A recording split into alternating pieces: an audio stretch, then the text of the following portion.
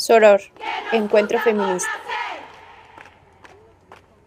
Y nuestro castigo es la violencia que ya ves. Bienvenidas y bienvenidos a tu programa, Soror Encuentro Feminista. Este programa se transmite los jueves a las 7 de la noche y en su retransmisión los domingos a las 11 de la mañana. También, en punto de las 11 de la mañana, nos puedes mirar a través de nuestro canal de YouTube, en Soror Encuentro Feminista. En la voz les saluda con el gusto de siempre, Toica. En la dirección técnica, Carla Arredondo, y en la dirección de producción, Paris Paredes. En esta ocasión damos la bienvenida con mucho gusto a un amigo y colega ya de experiencias, de andares, a Fernando Lara Ramírez. Bienvenido, Fernando. Hola, Teca, buenas noches a ti y al equipo técnico y a toda tu asistencia. Gracias, es un gusto tenerte en este programa y que nos traigas estos temas tan difíciles, tan comprometidos, pero tampoco vistos.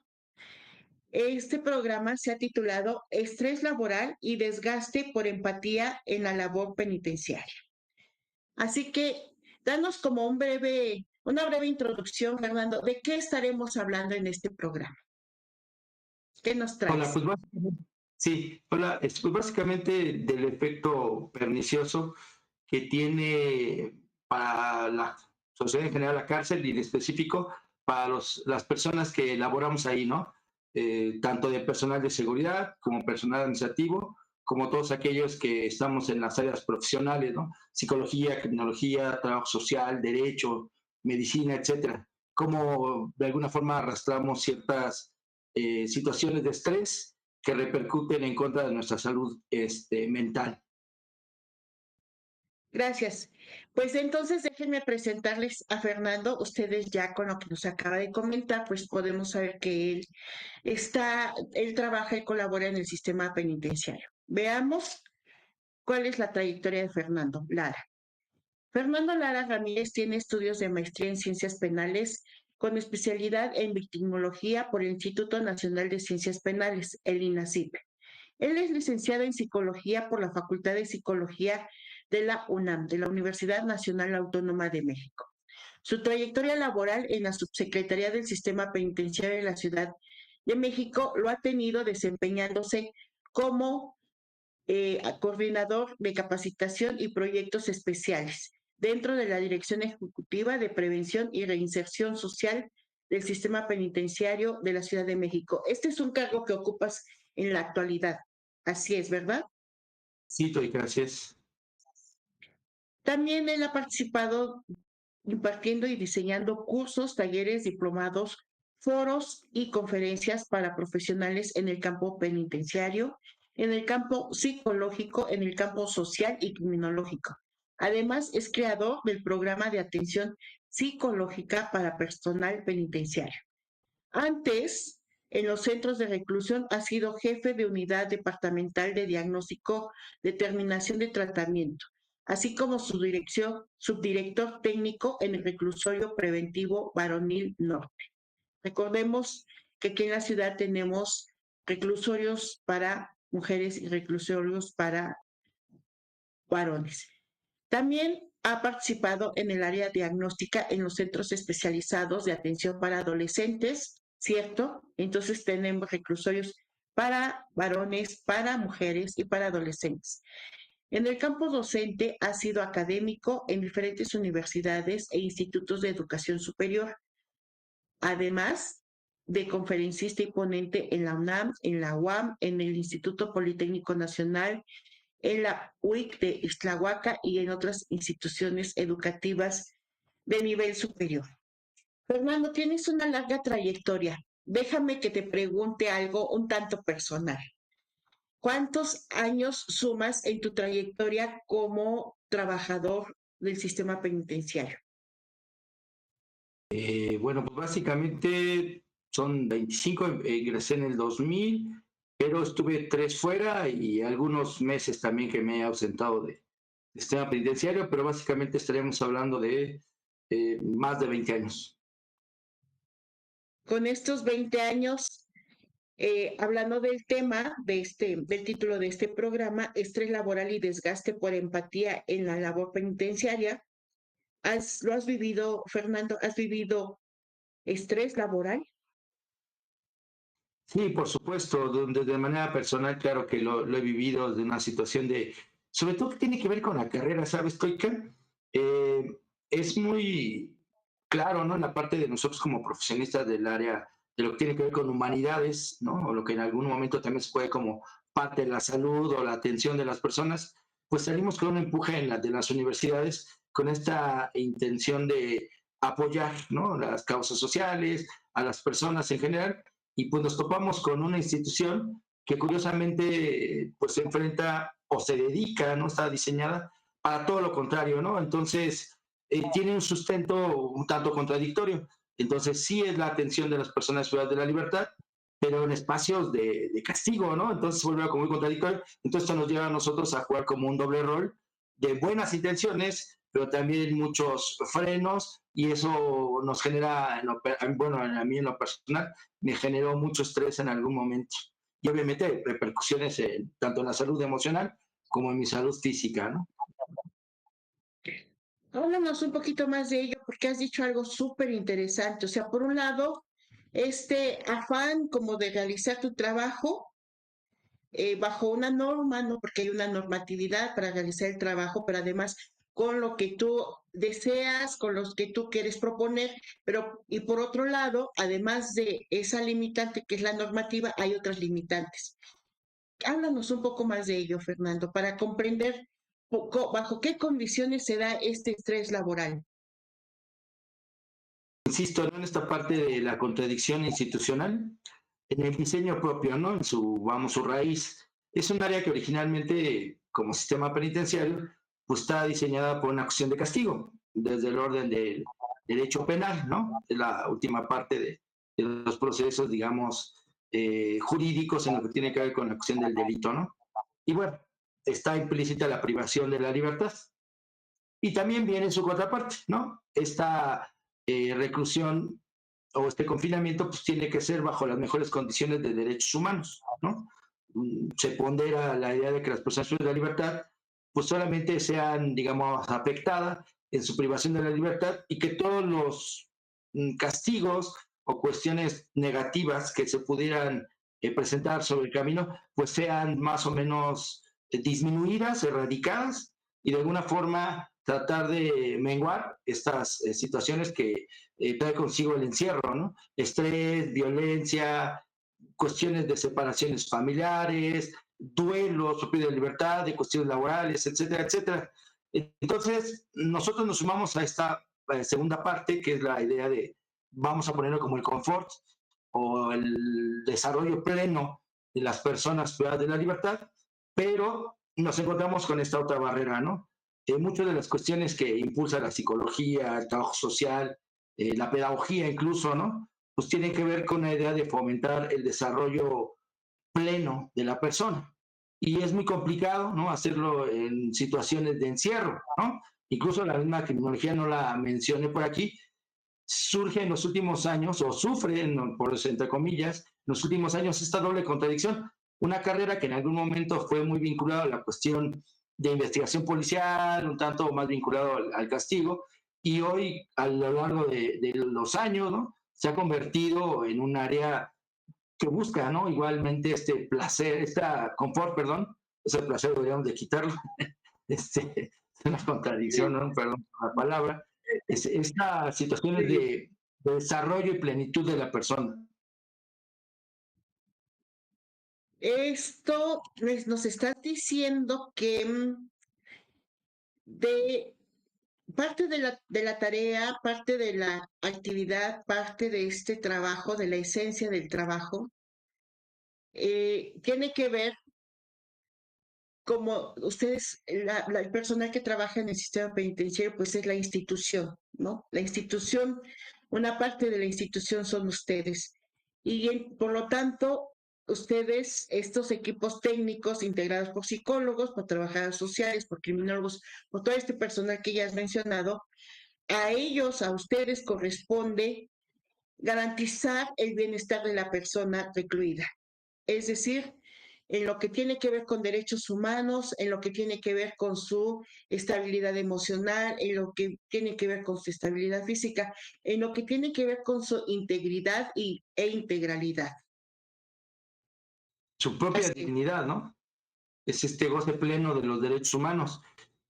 Y también es un proceso histórico, ¿no? Anteriormente eh, estamos bajo ciertas regulaciones jurídicas donde los modelos, ¿no?, de atención o de intervención a través de la reclusión, pues tiene que ver, casi todo el siglo pasado se habló de readaptación social, este siglo se habla de reinserción social, y es primero una parte muy tirada a lo terapéutico, ¿no? Como si el área técnica, ¿no?, como lo mencionaste, psicología, trabajo social, pedagogía, criminología, fuésemos como los enfermeros del alma de las personas privadas de la libertad y fuéramos quienes sanasen las huellas del castigo, ¿no? Bueno, ese era el modelo anterior. Bajo este nuevo modelo, el modelo de reinserción social, que junto con el otro vienen siendo como una ilusión, lo vinculamos más en el sentido de apoyar a las personas, intervenir en ellas, incluso todavía terapéuticamente, en el caso de la psicología, para que su vida se haga más plena, su entorno familiar, su entorno social, laboral, etcétera, etcétera, pues se vuelva más estable, para que una vez que egrese, si es que egresa, ¿no?, también hay que ver que tenemos sentencias muy largas, del sistema penitenciario, pues se evite de la manera posible que los factores de riesgo que lo llevan a cometer delitos, pues vuelvan a operar en su contra y bueno, devengan en un acto delictivo y pues otra vez en la detención. O sea, la idea es dotarlo de las herramientas necesarias, suficientes, como para evitar que regrese, ¿no?, a la cárcel y que obviamente su vida en todas sus áreas pues sea más plena. Esa es Dotarle como la las intención. herramientas necesarias para que no haya repetición de ese evento, pero además también dotarle las herramientas necesarias para diseñar su nuevo plan de vida y dotarle las herramientas necesarias para su reintegración a la sociedad, a la familia, es como parte del plan de vida, pero además para que sea una persona sana, feliz, bien adaptada, trabajadora, una buena persona. Y antes de preguntarte, porque a eso vamos en esta charla, antes de preguntarte con qué recursos cuenta el personal técnico, el personal técnico penitenciario, y que eso es lo que nos va a llevar a la tema, con qué recursos cuentan y además cuál es la situación del personal. Antes de ello, háblanos un poquito más de los obstáculos para realizar la tarea. Mira, de entrada es un espacio laboral estresante, ¿no? Está muy jerarquizado, ¿no? Entonces, esta sombra un poco de lo, vamos a ponerlo marcial, que tiene que ver la cárcel con las altas jerarquías, todo una cuestión vertical, una cascada, ¿no?, que va cayendo en situaciones de poder, opresión y, ¿por qué no llamarlo violencia? Pues genera mucho estrés al personal y obviamente el personal técnico, como bien lo mencionas, pues por allí estamos en uno de los peldaños mucho más bajos, ¿no?, en la cuestión estructural, hablando de jerarquías. Y esto provoca, de alguna forma, que estemos bajo una opresión, de alguna forma llamarla así, de cuestiones de poder, que limita mucho el ejercicio de las actividades. Alguien puede tener un proyecto muy positivo, muy innovador, ¿no? Vamos académicamente, y de pronto se encuentra con muchas barreras, porque simplemente a veces no se convence al superior inmediato en la jerarquía. Y esa persona que está a veces ni siquiera es un especialista, ¿no? Entonces, una de las situaciones que por allí pues van en contra del personal, se generan estrés, se generan malestares, de pronto hay horarios laborales excesivos, y no hablar pues de una realidad del país que es los cuestiones económicas, ¿no? Sobre todo en remuneración en el trabajo profesional, que de pronto, más bien no de pronto, en los últimos años, pues también se ha precarizado, ¿no? Y son factores que de alguna forma pues, afectan al personal, ¿no? Sí. ¿Qué tanto, y siguiendo en esta misma ruta, qué tanto afecta al personal que trabaja en el sistema penitenciario, en las cárceles, en estos centros de reclusión? ¿Qué tanto afecta, por ejemplo, la cuestión arquitectónica, los colores de las paredes, la distribución de las paredes, estos laberintos que hay? ¿Qué tanto les afecta? Fíjate que eso es bien interesante, ¿no? Si lo viéramos en muchos análisis, es una arquitectura hostil, ¿no? Es un término que recientemente se acuña, ¿no? Para tratar de maquillar de alguna forma la cuestión operacional de los porqués de los edificios, ¿no? Entonces, esta arquitectura hostil, pues obviamente va en contra, por ejemplo, o está diseñada para generar espacios de control, seguimiento, muy al estilo de Bentham y de Foucault, esta parte de vigilar y castigar, y obviamente de disciplinar, y últimamente pues está regulando cualquier comportamiento, ¿no? Es mucho control, y este control sí va contra las personas de la libertad, pero también implica cómo se vive para el personal estas condiciones, ¿no? Revisiones, una parte de una alta desconfianza también en algún momento por los trabajadores y con medidas de seguridad que a veces resultan pueriles, ¿no? Pero que siguen una función igualmente o enmascarada de seguridad y terminan siendo hostiles, ¿no? Que quizá en las cuestiones de propia seguridad de la institución hacia afuera, es decir, hacia visitantes y otras situaciones podrían entenderse, ¿no? Pero hacia el personal, a mí en la forma general se me hacen a veces excesivas. Sí, pues estamos hablando de estos espacios grises, de estas paredes grises, de estos espacios limpios de manera temporal, ¿no? Porque si hay limpieza y una organización para la limpieza, pero la limpieza dura poco. Ante tanta población, ante el hacinamiento, pues la limpieza dura poco. Se hace todos los días y no sé, tal vez varias veces al día, pero la limpieza dura poco. Los olores que hay, ¿no? Ante el hacinamiento hay olores que están entremezclados. La luz es poca. em, Los espacios dignos de trabajo tampoco se dan mucho, ¿no? Ajá, así es.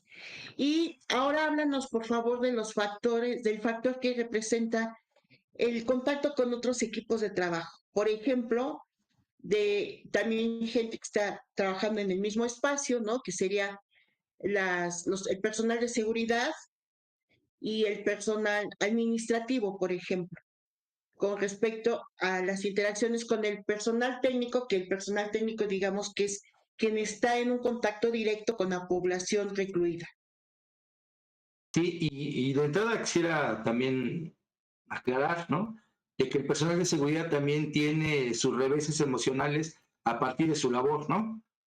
Sí es una parte más vinculada con la acción de control, vigilancia, etcétera, etcétera, pero también se le revierte, ¿no? Y si nosotros pudiéramos mencionar esta parte de las verticalizaciones y toda esta acción jerárquica, en ellos se multiplica muchísimo más, ¿no? Ahí esta parte como hablaba yo marcial, pues está más presente, ¿no? Bueno, la interacción con ellos, pues en algunos momentos es muy cordial y en otros, pues también tiene que ver con sus propias labores, ¿no? De seguridad, pues también llega a ser un poco ríspida, ¿no? Aunque, bueno, en el sentido, pues se trata de equilibrar, pero no siempre es tan fácil, ¿no? Siempre es como hablaba hace rato de cierta como reticencia, ¿no? De ellos hacia nosotros, ¿no? Como personal técnico, quizás es parte de su labor, pero también es parte de estos efectos del poder, ¿no? Por llamarlo así. Fernando, y analizando estas condiciones, también me gustaría preguntarte sobre el tema de la comida, el tema de los alimentos para el personal penitenciario. También es una situación difícil, ¿no? Delicada, que influye hacia el estrés laboral.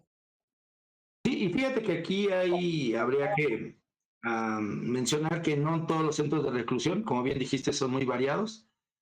También dependen de las propias reglas internas de cada reclusorio. Por ejemplo, hay reclusorios como los más viejos, los preventivos, que van a cumplir ya 50 años por allí. Estos centros son como con unas reglas en esta cuestión del alimento como un poco más flexibles. Pero hay otros centros, ¿no? Como los nuevos que están en la zona trasera del reclusorio norte, que son con una seguridad un poco más, digamos, digitalizada, y los controles de alimento no son tan fáciles para el personal.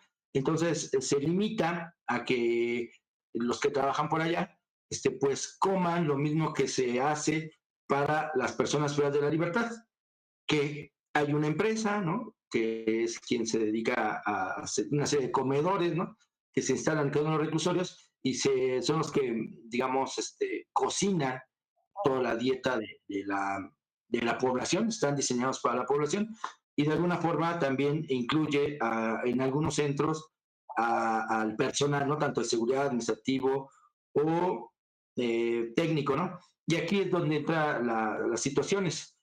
Son alimentos limpios, balanceados, etcétera, etcétera, pero poco atractivos para el paladar, ¿no? Habría que reconocerlo que sí están hechos de una manera que alguien pudiese no comerlos, estaría mucho más feliz, ¿no? Se encuentra privado de la libertad, pues bueno, está bien, sigue una dieta, están hechos con nutriólogos, etcétera, etcétera, pero para la estética y el gusto personal, pues no es de lo más adecuado, ¿no? Quizás las materias primas no sean las más de calidad, ¿no? Por sus presentaciones. Y sí, claro que es un factor que estresa, ¿no? Sobre todo también por los horarios, ¿no? Qué hora, son varias cosas que sí, por ahí afectan. Fíjate que yo he observado, analizando los factores de estrés, yo he observado que algunos centros, parece como en estos del norte, tienen el personal técnico, el personal que está en contacto mayormente con la población recluida, asisten al trabajo con un cierto tipo de ropa. Ahora Sí, ya claro. parece que no son uniformes que proporcione la institución, ¿no? Sino asisten con un tipo de ropa. En otros, en otros centros, las personas, la gente que trabaja y el personal técnico asiste al trabajo con ropa también propia, pero bajo cierto esquema de no portar algunos colores o algún tipo de ropa. Esto también influye. Háblanos un poco de este factor, de estos factores. Sí, mira, en análisis, ¿no? De esas cuestiones de los sistemas penitenciarios, hay también una línea de análisis acerca de los uniformes, ¿no? Incluso los por qué, ¿no? Por qué se uniforma a las personas privadas de la libertad y cómo el proceso, por ejemplo, estos uniformes del siglo pasado, ¿no? Principios del siglo pasado, de los uniformes a rayos, ¿no? Que era muy vinculado con la ridiculización de las personas, ¿no? Usar pijamas, ¿no? Para no poder salir, digamos, a la calle de manera cotidiana y fácilmente detectables, ¿no? Y que pues incluso por allí, en algunos campos de trabajo y de exterminio nazi, pues bueno, pues por allí ese era el uniforme, ¿no? Hay una evolución desde ahí, después pasa a hacerlo como menos peyorativo, pero sí homogéneo, ¿no? Entonces, ahí hay un pasaje muy interesante, quien pueda leer en algún momento a Irving Goffman, ¿no? En el libro que tiene sobre internados. Excelente cómo esta parte de uniformar a las personas, la calidad de los uniformes, que no son de la talla ni están limpios, es una forma de una mutilación al yo, ¿no? Es un ataque a la personalidad, a esta libertad propia de las personas. Y bueno, otra vez bajo el argumento, las personas de la libertad se rigen bajo un reglamento por cuestiones de control, vigilancia o castigo, ¿no? Como le queramos poner. Y pues bueno, está validado, está legalmente establecido. En el caso del personal, en los nuevos centros, como bien dices, y en algunos centros del país se utilizan uniformes, pero curiosamente al personal no de seguridad no se les proporciona uniforme, ¿no? Entonces estos corren a cuenta de los empleados, ¿no? Entonces tiene que seguir parámetros, ¿no? Y esos parámetros a veces son un poco, como te decía, a veces risibles, ¿no? Por ejemplo, pensar que las compañeras no usen aretes, que sus brasieres no sean de varilla, ¿no? O sea, por cuestiones, no sé, hipervigilantes, ¿no? Un poco hasta paranoicas, ¿no? De pensar siempre, es como una forma de malmirar al personal, ¿no? Como desconfiar de ellos. Y bueno, no cumple estas partes. En el área de seguridad, pues también a ellos sí les dotan de material y muchos de sus uniformes pues no son telas de los más cómodas o calzado, vamos, de lo más cómodo igual, ¿no? pero sí, es algo que ya excede estas partes. Hay una mirada desde hace unos años, no sé, voy a poner nombres desde el gobierno de Felipe Calderón, de donde esta parte de la seguridad se volvió como un tema muy impositivo, ¿no? Y pues repercutió o invadió muchos de los espacios de reclusión, ¿no? Y pues obviamente la Ciudad de México pues no quedó exenta, ¿no? Entonces son temas que en algún momento se pueden tomar como excesivos, ¿no? Y a veces innecesarios, porque de alguna forma se crea un estigma para nosotros también como personal. Te pongo un ejemplo, ¿no? No sé si mandemos de tiempo. Tomas transporte público y la gente te ve con el uniforme de los que trabajan ahí, pues seguramente no les caeremos muy bien, ¿no? Porque también hay estigma sobre nosotros, ¿no? Sí. Ujú. Vimos que el tiempo tenemos suficiente para que ahora yo te quiero pedir, pues que ya te apropies del tema. Ya nos has dado un buen recorrido, una buena, un buen, casi lo estamos imaginando así como de manera muy cercana, cuáles son las condiciones laborales del personal penitenciario con todos estos factores que ya vienes analizando. Y entonces ahora, Fernando, pues entremos al tema, a tu tema. Este tema que has titulado Estrés laboral y desgaste por empatía en la labor penitenciaria. Adelante, el tiempo es tuyo. Gracias, Stoica. Mira, finalmente la idea es compartir, ¿no? Y compartir lo que se vive y lo que hemos pues observado y hemos tratado de combatir de alguna forma desde la parte, digamos, proactiva, ¿no? Lo que es por así que mi área de trabajo, que es la psicología. Y entonces ver los factores emocionales que nuestro propio trabajo traen consigo, ¿no? Entonces, son muchos factores, ¿no? Que por ahí contribuyen a precarizar nuestra área de trabajo. Y que no solamente tiene que ver con lo económico, sino con las condiciones en general, ¿no? Que claro, lo económico viene, ¿no? Y ahorita, por ejemplo, hay una recién etapa que hubo donde la subsecretaria de Penitenciaria de la Ciudad de México deja de pertenecer en la cuestión de organización de la Secretaría de Gobierno de la Ciudad de México y pues se une a la Secretaría de Seguridad Ciudadana. Y entonces hay por ahí muchas variables que comentar, algunas para bien, algunas no tan para bien, ¿no? Y que incluso repercuten en la cuestión social, ¿no? Sobre todo en esta cuestión, digamos, incluso que es un reto, ¿no? Para la Secretaría y para la Subsecretaría en cómo homologar sueldos, ¿no? El sueldo de las policías y el sueldo de un personal que no es policial y que pues también está necesitando de mejores condiciones laborales, ¿no? Entonces, ahí hay un reto, ¿no? Para la Secretaría, ojalá y lo puedan solventar, ¿no? Porque pues, en cualquier momento pues va a ser una fuerte necesidad, ¿no? Sobre todo comparando los sueldos policiales, porque incluso vendría a ser hasta como un cuestionamiento social, ¿no? Que preguntarle aquí a tu comunidad, no sé, una pregunta de esas raras, ¿no? ¿Qué esperaría que se dedicaran sus hijos, ¿no? ¿A estudiar o no a estudiar? ¿Y cuál sería el fin de estudiar, ¿no? Y entonces ver que a veces nuestros gobiernos, ¿no? Como que se les olvida esta parte, y entonces en esta idea meritocrática, pues también impulsar esta parte, ¿no? Que no solamente sea el placer de estudiar, sino que pueda ir aparejado de un mejores sueldos, ¿no? Entonces ahí habría que ver, porque si no, hay otras alternativas que quizá contradecirían un proyecto, ¿no? De gobierno. Pero bueno, esa es una. La otra es cómo es que se seleccionan a las personas, ¿no? A veces, no sé, hay un estudio claro de ver las necesidades organizacionales y de pronto se hacen contrataciones que, lejos de traer beneficios para el funcionamiento de los reclusorios, pues vienen a engrosar la burocracia. Y entonces, ahí cuando me refiero a burocracia, hablo de partes administrativas no profesionales, ¿no? Y entonces de pronto por allí se pierde parte del capital humano, ¿no? En la cuestión profesional, y se empiezan a generar déficits en el espacio de atención a las personas privadas de la libertad. Bueno, ya en este caso, pues te puedo poner un ejemplo, ¿no?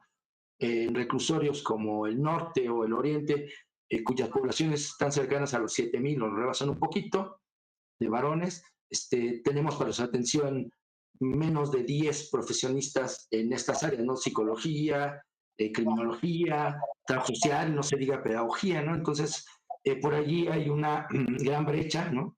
Que habría que también que atender porque, pues, si queremos, ¿no? Dar los elementos, ¿no? De condiciones para los privados de la libertad, pues también creo que tenemos que aumentar por ahí el número de personas, ¿no? En activo. Y esto hace, o que trae como consecuencia, pues que el trabajo cotidiano pues se vuelva muy excesivo, ¿no? Entonces, atender, ¿no? En la cuestión psicológica, hasta pensamos en cuestiones grupales, a 7,000 personas por 10 psicólogos, pues estaremos hablando, y exagerando, quizás sean menos, de que cada psicólogo tendría que atender a 700 personas, ¿no? Que si esto fuera en la práctica privada, vamos, sería una mina de oro, ¿no? Pero en las instituciones es algo de verdad muy, muy limitante y obviamente pues no hay forma de cubrirlo. Y esto viene con lo que te decía, ¿no? La expectativa que tiene uno como profesionista en estas áreas. Somos profesionistas que elegimos nuestras carreras en la cuestión de atención a las personas, nos gusta trabajar con personas.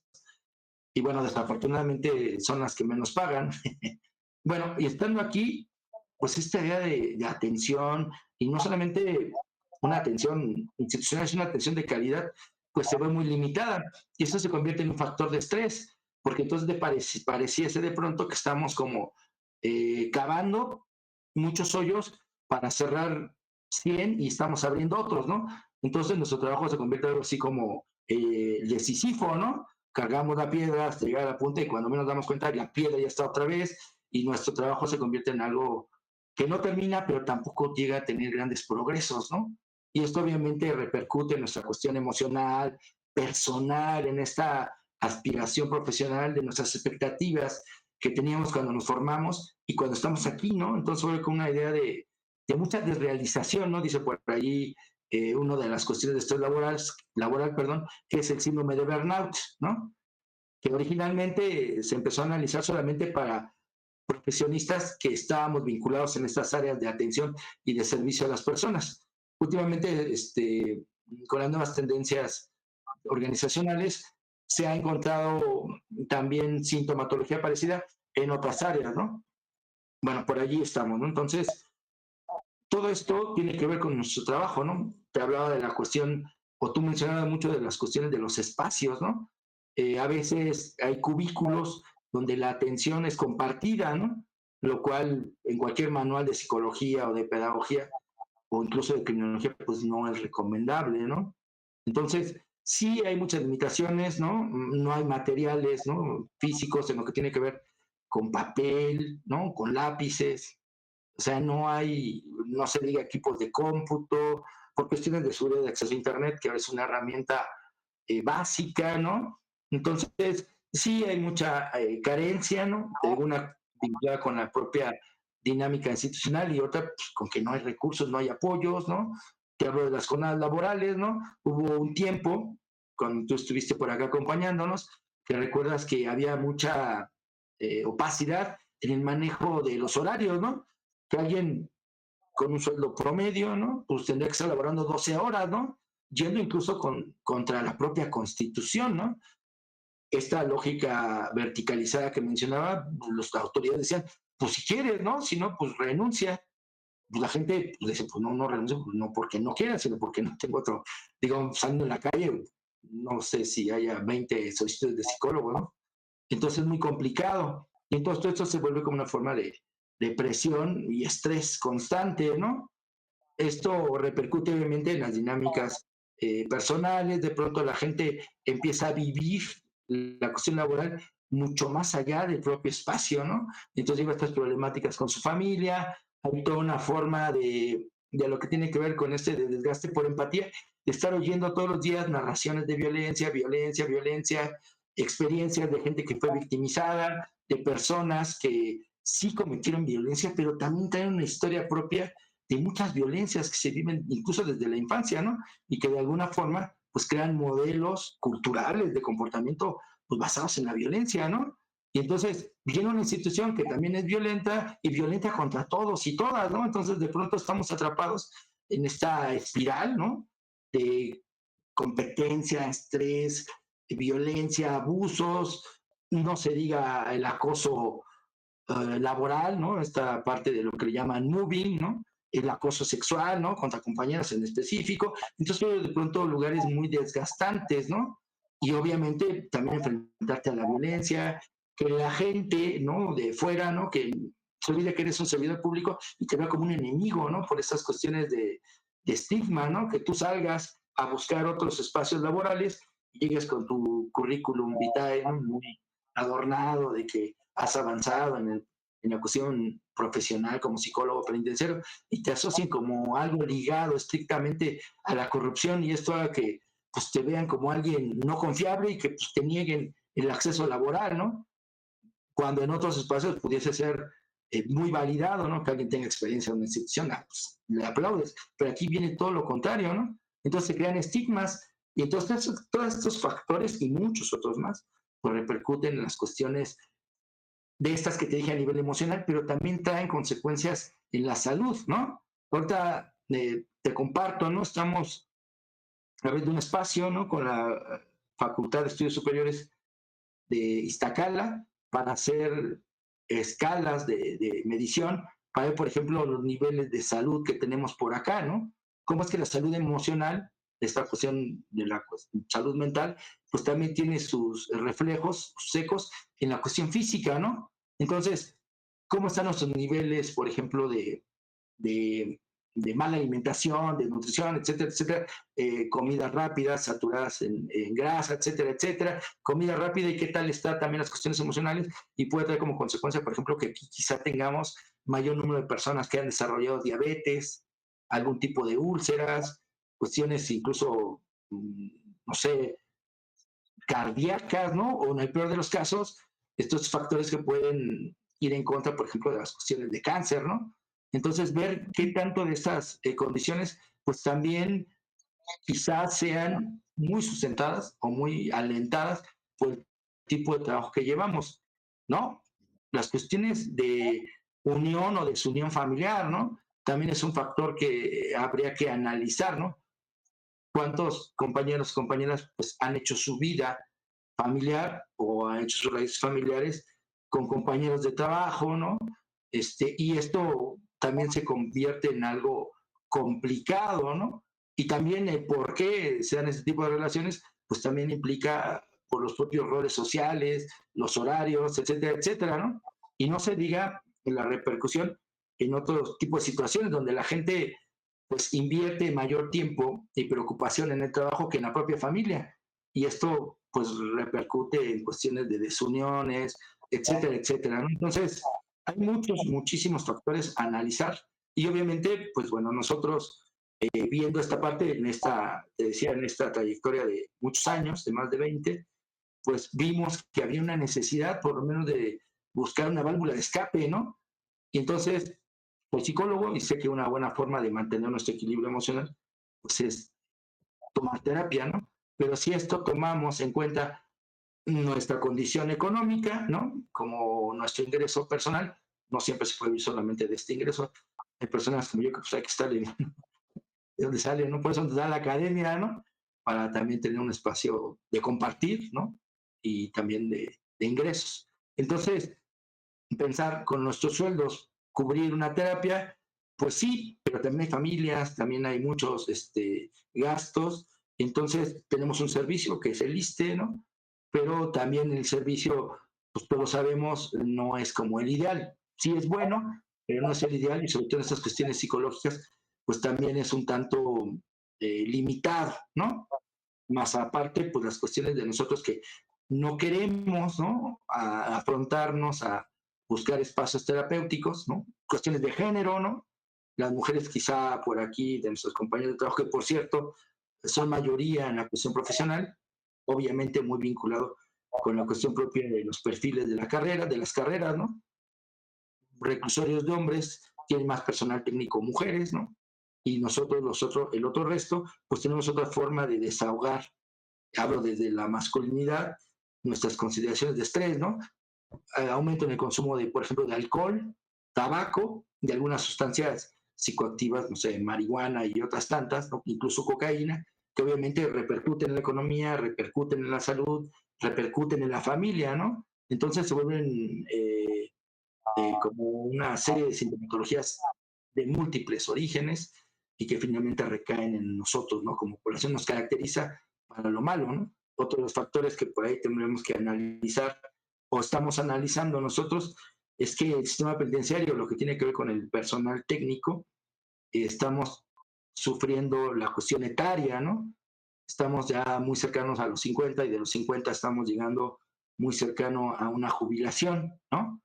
Entonces, ¿cuáles están las condiciones realmente para que tengamos una vejez digna? Entonces también habría que ir pensando qué tanto la institución puede colaborar con esto. Entonces, viendo todas estas necesidades y características, pues hace 3 años empezamos a gestar una idea de crear una unidad de atención psicológica para el personal. Originalmente era solamente para el personal técnico profesional. ¿Por qué? Porque finalmente las teorías que hablan de este desgaste por estrés laboral y el burnout, desgaste emocional o desgaste por empatía, pues tiene que ver con nuestras propias carreras. Y empezamos por allí, ¿no? Después se nos unió o pudimos colaborar, lograr la colaboración de la FES Iztacala, ¿no? Con unas amistades, ¿no? Compañeros por allá. Aquí le mando un fuerte saludo, ¿no? A Juan Manuel Génova, ¿no? Y a Chris y a Wendy, ¿no?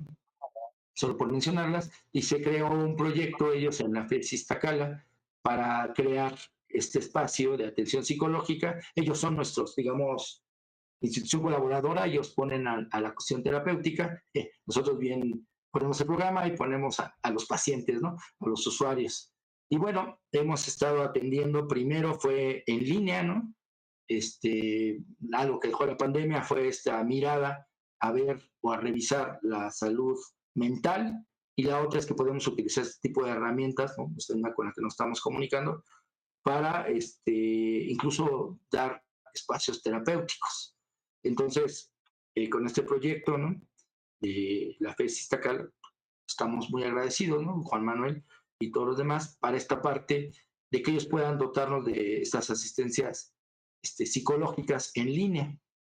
Más adelante, en el Reclusorio Norte, hicieron un proyecto, ¿no? Los directivos de por allá, para recuperar un espacio que anteriormente fue, es una cuestión histórica por allí del diseño arquitectónico de los reclusorios. El Reclusorio Norte, por ahí de los 70s, tenía un reclusorio femenil, el varonil tenía un pequeño femenil, y esto hacía que por derechos humanos, derechos de la infancia, pues también se creara un CENDI para atender a los niños, a los hijos e hijas de las mujeres privadas de la libertad. Y entonces había un espacio aledaño al estacionamiento del Reclusorio Norte que era un CENDI. Después salen los reclusorios de aquí, se funda el de Santa Marta, salen las mamás y se van para allá. Y bueno, el espacio queda en desuso, se utilizó por muchos años como una unidad de capacitación, después se quedó ahí en el olvido, y hace 2 años el Reclusorio Norte, los directivos de por allá, lo habilitaron para crear un programa paralelo de atención a el personal, con cuestiones recreativas, de salud, etcétera, etcétera. Y entonces conjuntaron estos esfuerzos con el programa de atención psicológica, y en diciembre de hace el 2023 se abre la unidad de atención integral para personal penitenciario. Y ya se abre para personal penitenciario porque también sobre la marcha nos dimos cuenta que también el personal de seguridad necesita de este tipo de asistencias terapéuticas, y obviamente nunca se les negó el acceso. Se amplía, ¿no? Y como te decía, son fenómenos diferentes.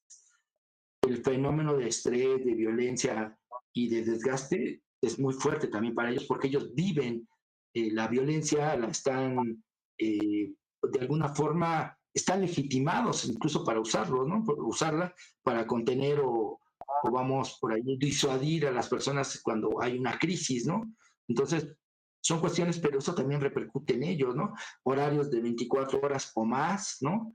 Entonces, y ellos todo el tiempo en el reclusorio, ¿no? Entonces, son muchos factores y bueno, se unió y se crea esta unidad, se sigue en línea, en el momento igual de este entonces, de finales del 2023, también hubo una alternativa muy aceptada de acercarnos, y no porque yo lo diga, sino porque convino con un proyecto por allí del Instituto de Atención Psicológica a las, perdón, de Atención y Prevención a las Adicciones del gobierno de la ciudad, el conocido como IAPA, que estaban desarrollando en la administración pasada un proyecto que se llamaba Nube. Y digo se llamaba porque ahora ya le ha cambiado el nombre con la entrada de esa nueva administración, que era el núcleo urbano de bienestar emocional.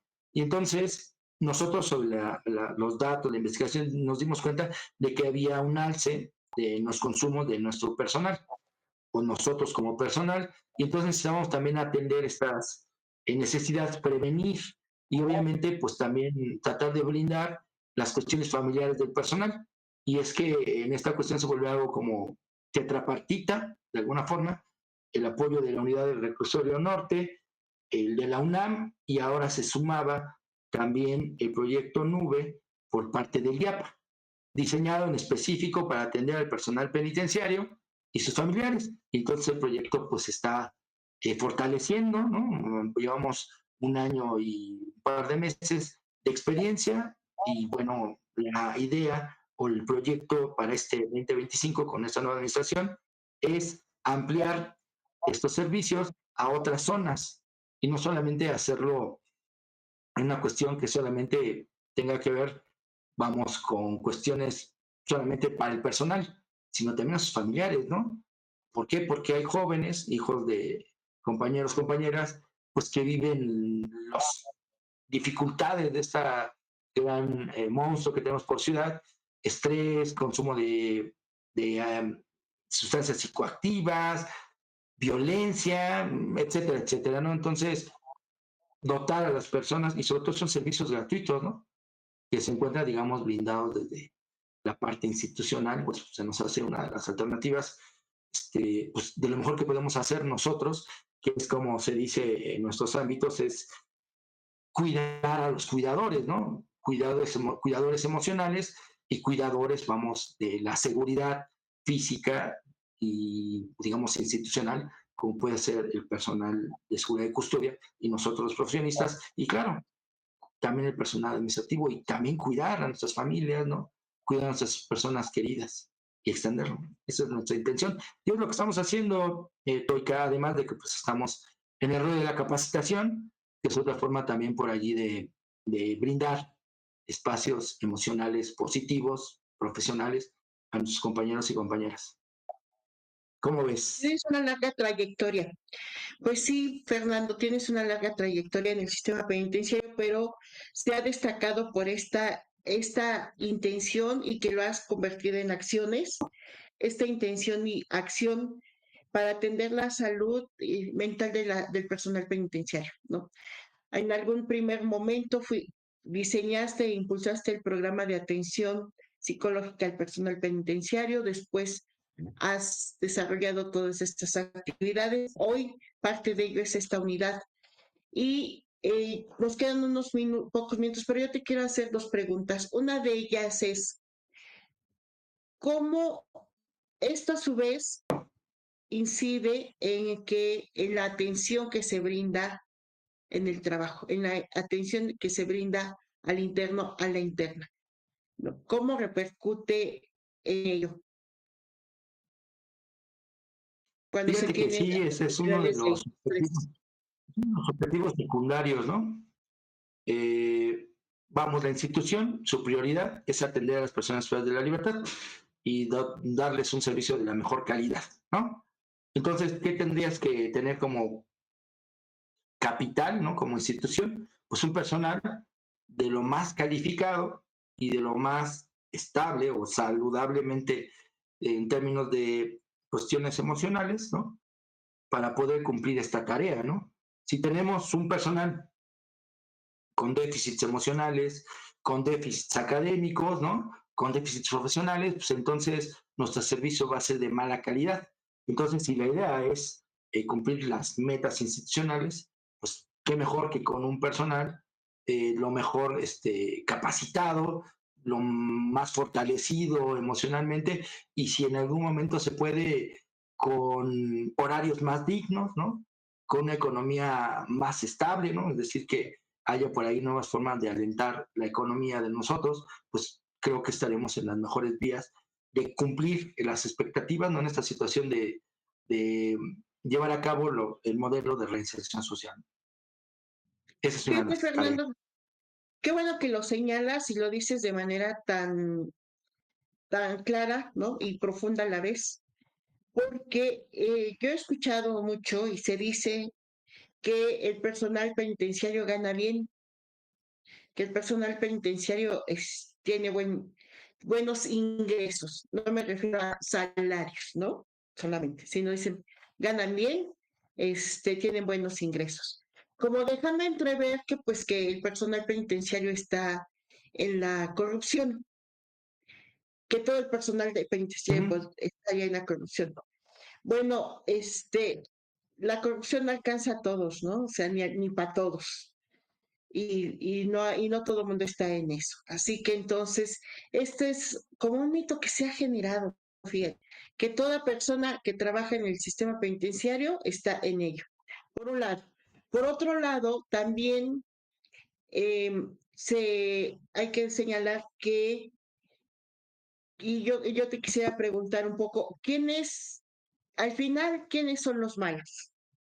Porque me refiero a esto.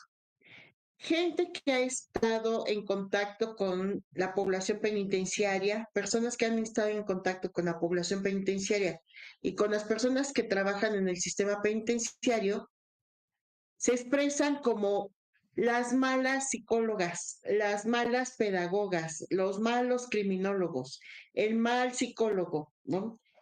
Entonces, pareciera que del personal, y hablo en particular del personal técnico, que vive estas condiciones de estrés, de precariedad, etcétera, son los malos, son los que como que los que dirigen la orquesta y los que hacen daño, ¿no? Los que tienen en el castigo a los otros y a las otras. ¿Quién es el malo? ¿Quién es la mala? ¿Quiénes son los malos? Fíjate que aquí necesito pensar en muchos metarrelatos, ¿no? Que se tienen social, incluso académicamente, ¿no? Sí, Recuerdo algunos grupos académicos de por ahí, de los 80, y eso los he leído, ¿no? No había forma de verlos digitales, ¿no? En video, etcétera, etcétera. Y por ahí hay unos ciertos ecos de ellos, ¿no? Y se decía que el personal penitenciario se le tendría que pagar bien para evitar la corrupción, ¿no? Y es un discurso que por ahí está muy recalcitrante, por ahí en estas, se autollamaron penitenciaristas, ¿no? Y la verdad es que nuestro país y nuestro mundo, ¿no? Ha demostrado que las personas, a veces cuando ganan muchísimo, tampoco dejan de ser corruptas, ¿no? Y las personas en las condiciones más precarias laborales no son corruptas. Es como caer en el discurso que la pobreza es el factor esencial de la delincuencia, y no es cierto. Si fuera así, el 75% del mundo sería delincuente, ¿no? Digo, no solamente en la región, ¿no? Iberoamérica, sino en todo el mundo, ¿no? Eso es falso, ¿no? Sí hay personas corruptas que tienen mucho dinero, personas que tienen más o menos dinero y quien no tiene dinero, ¿no? Ahora, el rol de la cárcel como sinónimo de corrupción también es otro metarrelato.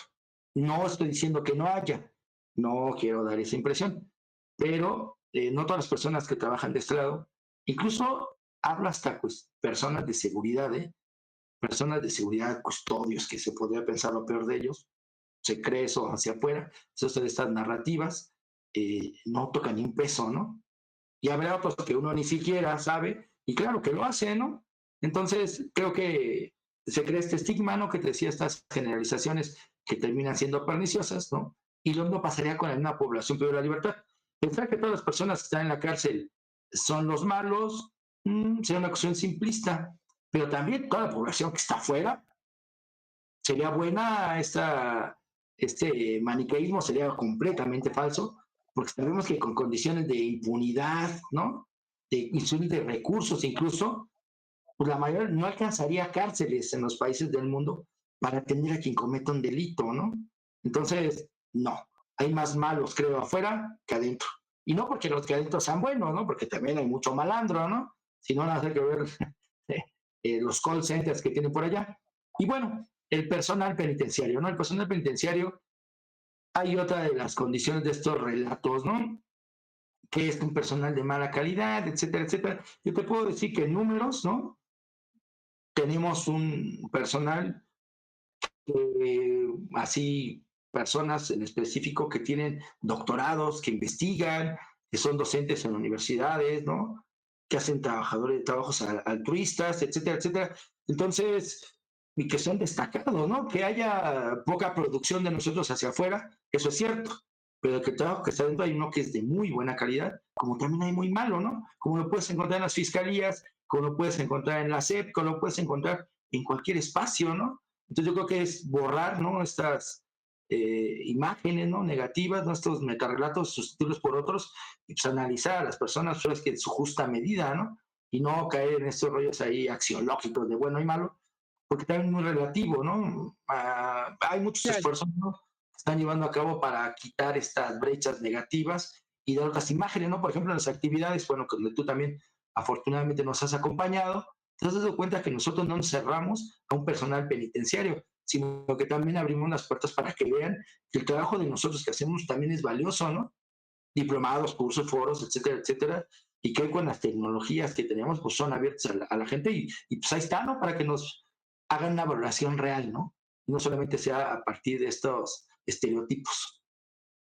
Es Ahora, de la importante, economía, pues eh, vaya, sí hay una cuestión de estudios, ¿no? La cuestión penitenciaria junto con el Instituto de las Mujeres, ¿no? Habría que revisar, ¿no? Somos de las instituciones de gobierno, sistema penitenciario, que menores ingresos tenemos para personal profesional. Simplemente nosotros, profesionistas del sistema penitenciario, maestrías y doctorados versus de las fiscalías de la Ciudad de México, ¿no? Simplemente por ahí claro, verlos, y las otros diferencias. espacios, Incluso y otros. las mujeres, ¿no? Así es. Es importante esto que tú señalas, qué interesante, el tiempo se nos agota, yo creo que tenemos que platicar de ello, ¿no? De estas creencias, de estos mitos, de estos estigmas, de estos metarrelatos. Fernando, pues muchas gracias por estar en este programa en Sonoro Encuentro Feminista. ¿Tienes tema para visitarnos en una siguiente ocasión? Tienes muchos temas, así que estás De totalmente gusto. invitado. Y tú Pues también con despedimos. nosotros. Perfecto, perfecto. Pues despedimos con gusto a Fernando Lara, agradeciendo la participación en este programa y se despide de usted, Stoica. Así también despedimos a nuestro equipo técnico, a Carla Redondo y a Padis Paez. Les deseamos que esto les resulte interesante, háganoslo saber en sus comentarios y pues hasta pronto. Hasta pronto, Fernando. Se hace de noche.